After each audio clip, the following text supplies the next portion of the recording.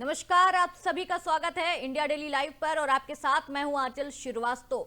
नजर डालते हैं यूपी की तमाम बड़ी खबरों पर। बुलंदशहर से बड़ी खबर सामने आ रही है, जहां सिकंदराबाद पुलिस ने कार लूटने वाले अंतर्राज्यीय अपराधियों से मुठभेड़ की है। इस मुठभेड़ के दौरान पुलिस की गोली लगने से लुटेरा नवनीत चिकारा घायल हो गया है। उसके साथ ही मनीष को भी घेराबंदी के बाद गिरफ्तार कर लिया गया है। दोनों लुटेरे मेरठ के निवासी हैं और नवजीत शराब पीकर शौकिया तौर पर कारें लूटता था। शिकारा पहले भी एक बार लूट के दौरान कार चालक की हत्या का आरोपी रह चुका है। आरोपी के कब्जे से 2 तमंचे, 3 जिंदा कारतूस और एक खोखा कारतूस भी बरामद हुआ है और एक स्विफ्ट कार भी बरामद हुई है। दिल्ली, गाजियाबाद, नोएडा, बागपत और बुलंदशहर समेत विभिन्न जिलों में वारदात कर चुके इन शातिर को सिकंदराबाद पुलिस के विशेष चेकिंग अभियान में गुलाठी रोड अंडरपास के पास से पकड़ा गया है। आज दिनांक 13 दिसंबर की देर रात्रि को थाना सिकंदराबाद पुलिस द्वारा गुलावटी अंडरपास के पास चेकिंग की जा रही थी। दौरान चेकिंग एक संदिग्ध स्विफ्ट डिजायर गाड़ी को जब रुकने का इशारा किया गया तो वो गाड़ी जो है वो काबरा रोड की तरफ भागने लगी। पुलिस ने जब इसका पीछा किया तो कोहरे में ये गाड़ी जाके पेड़ से टकरा गई। पुलिस अपने आप को गिरता हुआ देख इसमें बैठे जो 2 बदमाश थे, इनके द्वारा पुलिस पार्टी के ऊपर फायर कर दिया गया।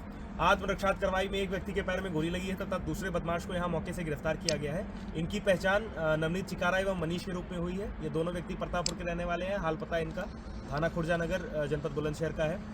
ये जो 2 व्यक्ति हैं ये शातिर किस्म के बदमाश हैं। ये अंतर्राज्यीय लुटेरे हैं। इनके विरुद्ध दिल्ली, गाजियाबाद, नोएडा, बागपत से लेके बुलंदशहर में 1.5 दर्जन से ज़्यादा मुकदमे पंजीकृत हैं। ये इसमें जो व्यक्ति नवनीत है जिसके पैर में गोली लगी है, ये एक आदतन अपराधी है। इसके द्वारा शराब पीने के बाद इस तरह की गाड़ी लूटने की घटना पहले भी की जा चुकी है तथा ये ऐसी घटनाओं को शौकिया रूप से अंजाम देता है। पूर्व में इसके द्वारा एक गाड़ी को लूट के उसके ड्राइवर की हत्या भी कर दी गई थी और शव को जो है नहर में फेंक दिया गया था। इनके पास से जो चीज़ें बरामद हुई हैं उसमें ये लूटी हुई स्विफ्ट डिजायर गाड़ी जो इन्होंने थाना सिकंदराबाद क्षेत्र से दिनांक 12 नवंबर को लूटी थी तथा 2 तमंचे, 3 जिंदा कारतूस तथा 1 खोखा कारतूस इनके पास से बरामद किया गया है। जो घायल व्यक्ति है उसको प्राथमिक उपचार के लिए प्राथमिक स्वास्थ्य केंद्र भेज दिया गया है। अग्रिम वैधानिक कार्रवाई इसमें पुलिस द्वारा की जा रही है। आज दिनांक जालौन से बड़ी खबर सामने आ रही है, जहां सदर विधायक गौरीशंकर वर्मा ने जिला स्तरीय पोलियो रैली को हरी झंडी दिखाकर रवाना कर दिया है।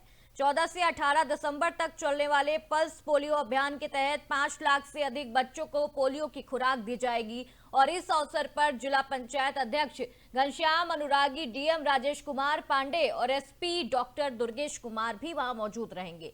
डीएम ने इस अभियान को पोलियो उन्मूलन के लिए बेहद महत्वपूर्ण बताया है। जिला स्तरीय रैली में एनसीसी से जुड़े दर्जनों छात्र छात्राएं भी शामिल हुए। रैली को जालौन के उरई स्थित कलेक्ट्रेट परिसर से रवाना किया गया है। यह अभियान बच्चों में पोलियो से सुरक्षा सुनिश्चित करने के लिए व्यापक पैमाने पर चलाया जा रहा है।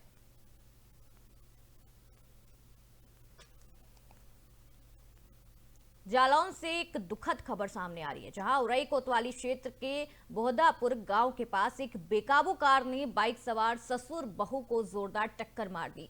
हादसे में बाइक चल रहे ससुर और जो बाइक चला रहे ससुर को और उनकी बहू को गंभीर चोटें आ गई हैं और वो घायल हो गए हैं। महिला को इलाज के लिए झांसी ले जाते समय रास्ते में ही उसकी मौत हो गई है। ससुर को भी गंभीर चोटें आई हैं, जिन्हें तुरंत मेडिकल कॉलेज में भर्ती कराया गया है। महिला अपने ससुर के साथ स्वयं सहायता समूह के परीक्षण में शामिल होने के लिए बाइक से बोहदरपुर जा रही थी। सूचना मिलने पर पुलिस तुरंत मौके पर पहुंची और मृतका के शव को कब्जे में लेकर पोस्टमार्टम के लिए भेज दिया गया है। हादसे ने पूरे इलाके में शोक और दहशत का माहौल पैदा कर दिया है। घटना ये हुई कि वो बोधपुरा जा रहे थे, ट्रेन चल रही थी उनकी समूह की, तो वहाँ जाते ही उन्होंने गाड़ी जैसे ही बोधपुरा स्टैंड पे खड़ी थी तो अंदर जाने के लिए मतलब वही रोड के सामने ही तो एक वैगनार गाड़ी निकली और पीछे से टक्कर मार दी। तो वहीं एक्सीडेंट हो गया और कुछ लोग वहाँ से आए, कुछ लोग यहाँ से मतलब जैसी सूचना मिली तो गए। तो इसके बाद में फिर झांसी रेफर कर दिए गए उनको और वो उनके ससुर साहब थे जो जयकिशन राजपूत नाम से, तो उनको यहाँ मेडिकल ले आए थे। मेडिकल ले आके फिर झांसी रेफर कर दिया, उनको भी झांसी रेफर कर दिया कल। अगली खबर जालौन से आ रही है, जहां उरई कोतवाली क्षेत्र के डीवीसी कॉलेज के पास एक कार में अचानक आग लग गई। शुरुआती जांच में पता चला कि कार में लगे गैस टैंक से गैस लीक होने के कारण भीषण आग लगने की संभावना है। कार सवार लोगों ने समय रहते कूदकर अपनी जान बचाई।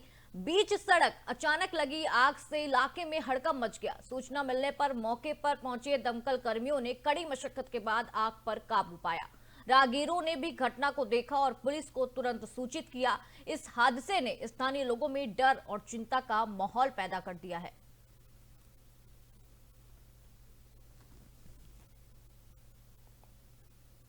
मथुरा से मौसम की खबर सामने आ रही है, जहां ठंड के साथ ही घने कोहरे ने दस्तक दे दी है और जनजीवन प्रभावित हुआ है। सुबह से ही शहर और आसपास के इलाकों में कोहरे की चादर छाई रही, जिसमें दृश्यता काफी कम हो रही है।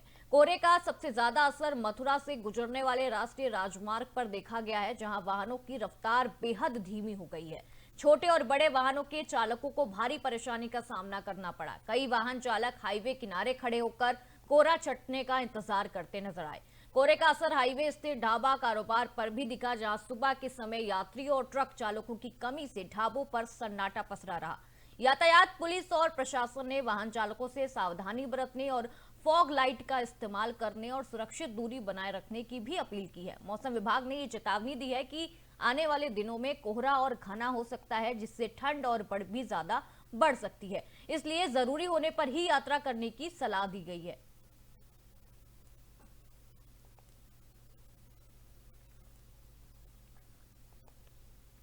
कासगंज से चौंकाने वाली खबर सामने आ रही है, जहां सहावर तहसील क्षेत्र के एक गांव में एक नाबालिग लड़की का अपहरण करने का प्रयास किया गया।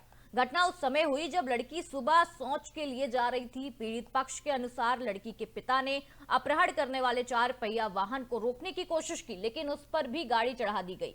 इस मामले की जानकारी पीड़ित परिवार ने शनिवार सुबह लगभग 5 बजे मीडिया को दी। स्थानीय लोगों और पुलिस ने मामले की गंभीरता को देखते हुए जांच शुरू कर दी है।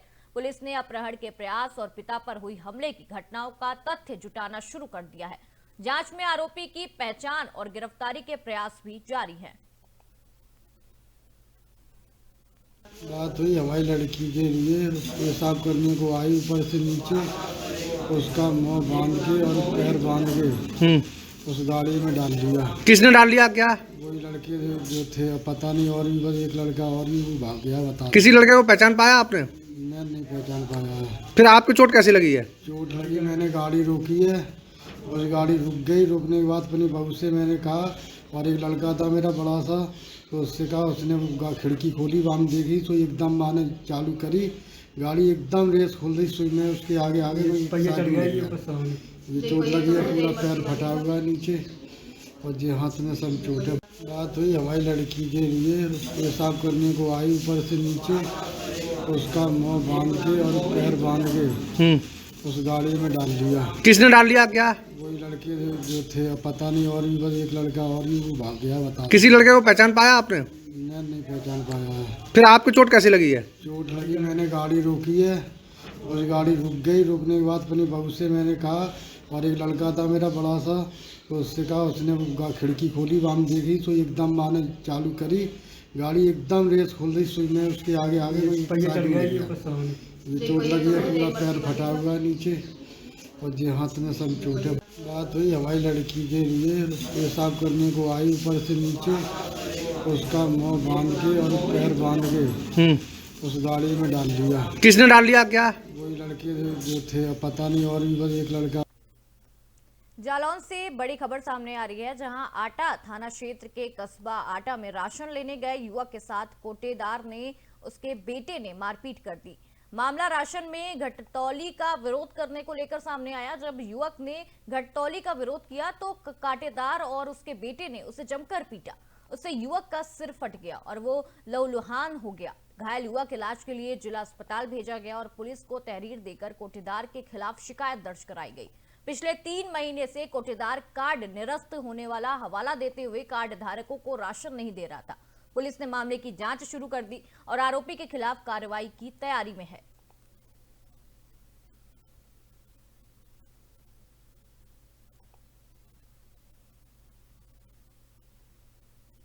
प्रतापगढ़ से बड़ी खबर सामने आ रही है, जहां पुलिस ने ड्रग्स तस्कर राजेश मिश्रा और उसके भतीजे दीपक को 2 दिन की पुलिस रिमांड पर मानिकपुर लाया गया है। पूछताछ और निशानदेही के दौरान पुलिस ने करीब 82 लाख रुपए मूल्य का अवैध मादक पदार्थ बरामद किया है, जिसमें गांजा, भांग, स्मैक और एमडी भी शामिल है। दोनों अभियुक्तों को हथकड़ी लगाकर नगर की सड़कों पर घुमाया गया और फिर थाना ले जाया गया, जिससे क्षेत्र के नशा कारोबारी में हड़कंप मच गया। एसएसपी पश्चिम ब्रिज नंदन राय ने बताया कि जेल में बंद राजेश मिश्रा और उसके भतीजे की निशानदेही पर अलग अलग स्थानों से ये मादक पदार्थ बरामद किया गया है। इसके अलावा राजेश मिश्रा के घर से करोड़ों की नकदी भी बरामद हुई है। अब तक इस परिवार से लगभग 5.5 करोड़ की बरामदगी हो चुकी है और पुलिस ने कहा है कि ये कार्रवाई नशा तस्करों के खिलाफ सख्त संदेश देने के लिए उद्देश्य से की जा रही है। नशा हमारी युवा पीढ़ी के भविष्य को बहुत तेजी से बर्बाद कर रहा है। प्रतापगढ़ पुलिस नशे के सौदागरों के हर नेटवर्क को पूरी तरह नेस्तनाबूद करने के लिए कटिबद्ध है। कुछ दिन पहले प्रतापगढ़ के थाना मानिकपुर में नशे के सौदागर राजेश मिश्रा के घर पर अभियुक्तों की गिरफ्तारी के दौरान दबिश दी गई थी, जिसमें भारी मात्रा में नकदी और अवैध मादक पदार्थ बरामद हुए थे। आज पुनः राजेश मिश्रा जो जेल में बंद था, उसको नियमानुसार माननीय न्यायालय से अनुमति प्राप्त कर उसे और उसके भतीजा दीपक मिश्रा को पुलिस कस्टडी रिमांड में लाया गया था और इनकी निशानदेही पर पुनः गांजा, भांग, स्मैक और एमडी अवैध रूप से बरामद की गई है। अब तक इस परिवार से लगभग 5.5 करोड़ से ऊपर की बरामदगी हो चुकी है। इनके विरुद्ध निवारक निरोध पीड्स एनडीपीएस एक्ट की भी कार्रवाई की जाएगी। प्रतापगढ़ पुलिस नशे के नेटवर्क को पूरी तरह ध्वस्त करने के लिए कटिबद्ध है। नशा हमारी युवा पीढ़ी के भविष्य को बहुत तेजी से बर्बाद कर रहा है। प्रतापगढ़ पुलिस नशे के सौदागरों के हर नेटवर्क को पूरी तरह नेस्तनाबूद करने के लिए कटिबद्ध है। कुछ दिन पहले प्रतापगढ़ के थाना मानिकपुर में नशे के सौदागर राजेश मिश्रा के घर पर अभियुक्तों की गिरफ्तारी के दौरान दबिश दी गई थी, जिसमें भारी मात्रा में नकदी और अवैध मादक पदार्थ बरामद हुए थे। आज पुनः राजेश मिश्रा जो जेल में बंद था, उसको नियमानुसार माननीय न्यायालय से अनुमति प्राप्त कर उसे और उसके भतीजा दीपक मिश्रा को पुलिस कस्टडी रिमांड में लाया गया था और इनकी निशानदेही पर पुनः गांजा, भांग, स्मैक और एमडी अवैध रूप से बरामद की गई है। अब तक इस परिवार से लगभग 5.5 करोड़ से ऊपर की बरामदगी हो चुकी है। इनके विरुद्ध निवारक निरोध पीड्स एनडीपीएस एक्ट की भी कार्रवाई की जाएगी। प्रतापगढ़ पुलिस नशे के नेटवर्क को पूरी तरह ध्वस्त करने के लिए कटिबद्ध है। नशा हमारी युवा पीढ़ी के भविष्य को बहुत तेजी से बर्बाद कर रहा है। प्रतापगढ़ पुलिस नशे के सौदागरों के हर नेटवर्क को पूरी तरह नेस्तनाबूद करने के लिए कटिबद्ध है। कुछ दिन पहले प्रतापगढ़ के थाना मानिकपुर में नशे के सौदागर राजेश मिश्रा के घर पर अभियुक्तों की गिरफ्तारी के दौरान दबिश दी गई थी, जिसमें भारी मात्रा में नकदी और अवैध मादक पदार्थ बरामद हुए थे। आज पुनः राजेश मिश्रा जो जेल में बंद था, उसको नियमानुसार माननीय न्यायालय से अनुमति प्राप्त कर उसे और उसके भतीजा दीपक मिश्रा को पुलिस कस्टडी रिमांड में लाया गया था और इनकी निशानदेही पर पुनः गांजा, भांग, स्मैक और एमडी अवैध रूप से बरामद की गई है। अब तक इस परिवार से लगभग 5.5 करोड़ से ऊपर की बरामदगी हो चुकी है। इनके विरुद्ध निवारक निरोध पीड्स एनडीपीएस एक्ट की भी कार्रवाई की जाएगी। प्रतापगढ़ पुलिस नशे के नेटवर्क को पूरी तरह ध्वस्त करने के लिए कटिबद्ध है। नशा हमारी युवा पीढ़ी। कासगंज के सहावर तहसील क्षेत्र के बधारी कला गांव से एक खबर सामने आ रही है, जहां बौद्ध कथा का आयोजन चल रहा है। इस अवसर पर समाजवादी पार्टी की राष्ट्रीय प्रवक्ता और सहावर की पूर्व चेयरपर्सन जोहिदा सुल्तान गांव पहुंची हैं। ग्रामीणों ने उनका फूल माला पहनाकर स्वागत किया है। मंच पर जोहिदा सुल्तान ने बाबा साहेब डॉक्टर भीमराव अंबेडकर के जीवन और उनके योगदान पर प्रकाश डाला है। उन्होंने आयोजनकर्ताओं की सराहना करते हुए बौद्ध कथावाचक पूजा गौतम का भी फूल माला पहनाकर स्वागत किया है। इस दौरान ग्रामीणों और जो प्रतिभागी थे, उनका उत्साहपूर्वक कार्यक्रम में उन्होंने भाग लिया है। बौद्ध कथा के माध्यम से सामाजिक और धार्मिक शिक्षा देने का प्रयास किया गया है।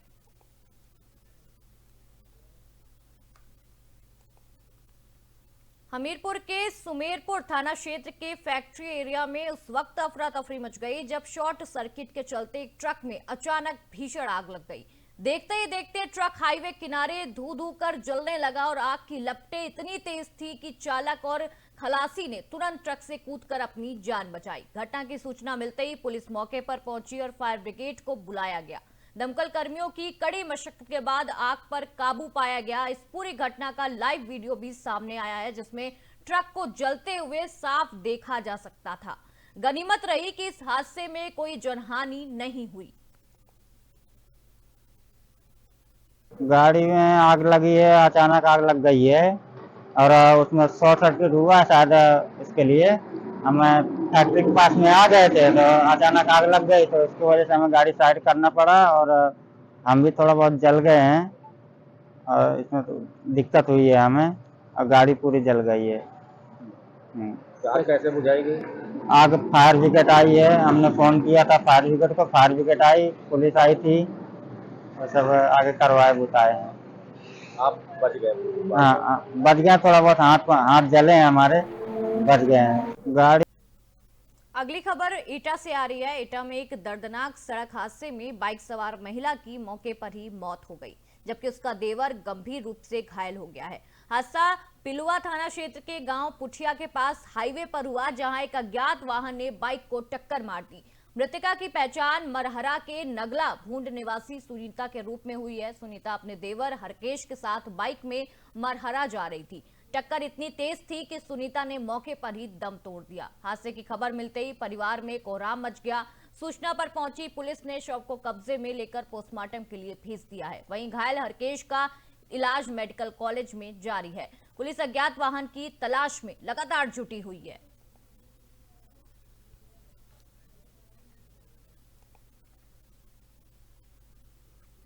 चंदौली जनपद में तेज रफ्तार एक बार फिर जानलेवा साबित हो गया है। बबूरी थाना क्षेत्र के नहरपुर गांव के पास एक अनियंत्रित ट्रैक्टर ने साइकिल सवार को जोरदार टक्कर मार दी है। इस हादसे में साइकिल सवार आरव सिंह की मौके पर ही दर्दनाक मौत हो गई है। बताया जा रहा है कि आरव सिंह साइकिल से खेत की ओर जा रहा था, तभी तेज रफ्तार ट्रैक्टर ने उसे कुचल दिया। हादसे के बाद ट्रैक्टर चालक वाहन छोड़कर मौके से फरार हो गया। सूचना मिलने पर पुलिस मौके पर पहुंची और शव को कब्जे में लेकर पोस्टमार्टम के लिए भेज दिया गया है। वहीं पुलिस ने ट्रैक्टर को जब्त कर लिया है और फरार चालक की तलाश में आगे की कार्रवाई की जा रही है।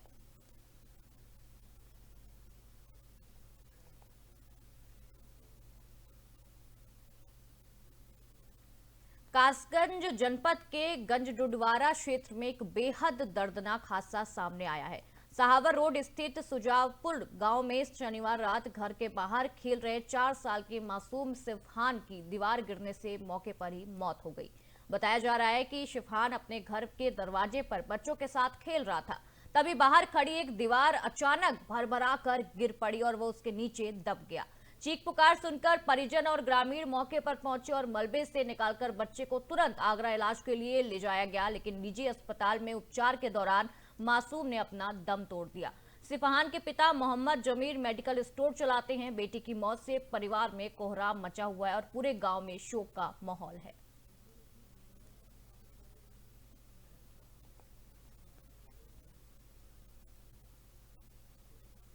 गाजियाबाद के लोनी इलाके के मीरपुर हिंदू गांव में प्रशासन और औषधि विभाग की संयुक्त टीम ने नकली दवाइयों की फैक्ट्री का खुलासा किया है।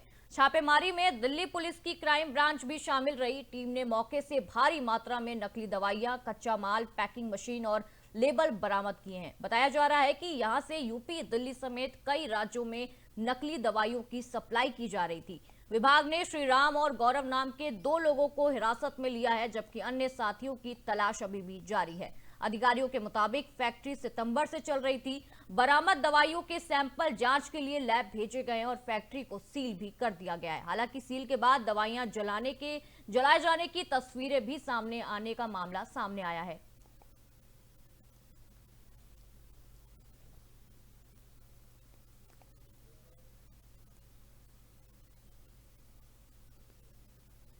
हरदोई से एक गंभीर मामला सामने आया है। यहां परियोजना कार्यालय में तैनात बाबू कमल पर मुख्य सेविका ने शारीरिक शोषण और धमकाने के बड़े आरोप लगाए हैं। पीड़िता का कहना है कि आरोपी बाबू द्वारा लगातार अश्लील हरकतें की जाती थी और किसी को बताने पर धमकी भी दी जाती थी। परेशान होकर मुख्य सेविका ने पुलिस अधीक्षक को प्रार्थना पत्र देकर न्याय की गुहार लगाई है। इस मामले में आंगनवाड़ी संगठन की महिलाएं भी पीड़ित के साथ समर्थन में आई हैं। एसएसपी कार्यालय पहुंची हैं और सख्त कार्रवाई की मांग की गई है।